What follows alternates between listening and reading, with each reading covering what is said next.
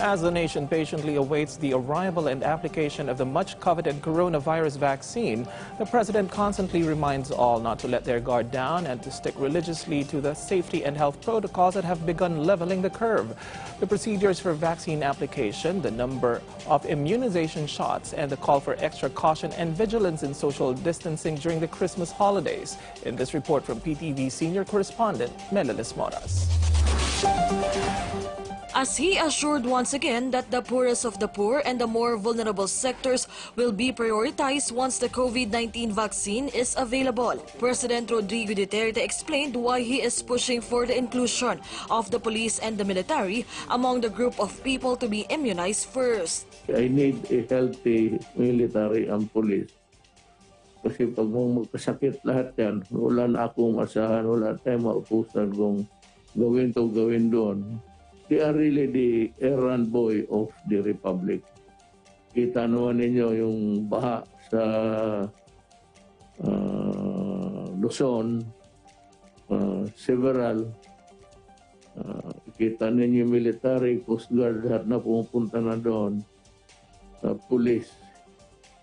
And then they have to take care of the law and order situation.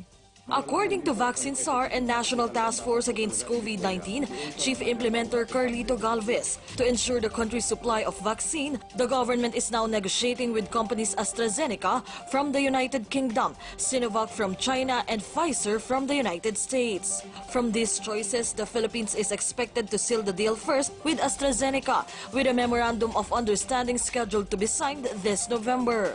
AstraZeneca has initially priced its single vaccine dose between $2 to $4, as opposed to Pfizer with a price of $20 for a single dose and Moderna with a price range between $32 to $37 a pop. The United Kingdom also gave assurance that it will help the Philippines once the vaccine rollout has started. But in addition, the Philippines is also in talks with the Gamaleya Institute from Russia and Johnson & Johnson from the United States. When it comes to vaccine distribution, Secretary Galvez said the government's strategy will be geographical to sectoral, and among the areas to be given priority are Metro Manila, Cebu City, Davao City, Bacolod City, and other COVID-19 hotspots.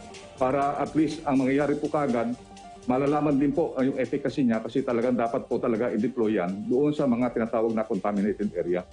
Kung i-deploy po yan sa mga unaffected area, hindi po magiging effective ang ating trial. But how about its funding? Finance Secretary Carlos Dominguez assured the government has its sources from multilateral to domestic agencies. Ang estimate namin sa average cost ng vaccine, around $25. Not per dose, per person. Di ba? Around $25, which is 1,200 pesos, more or less.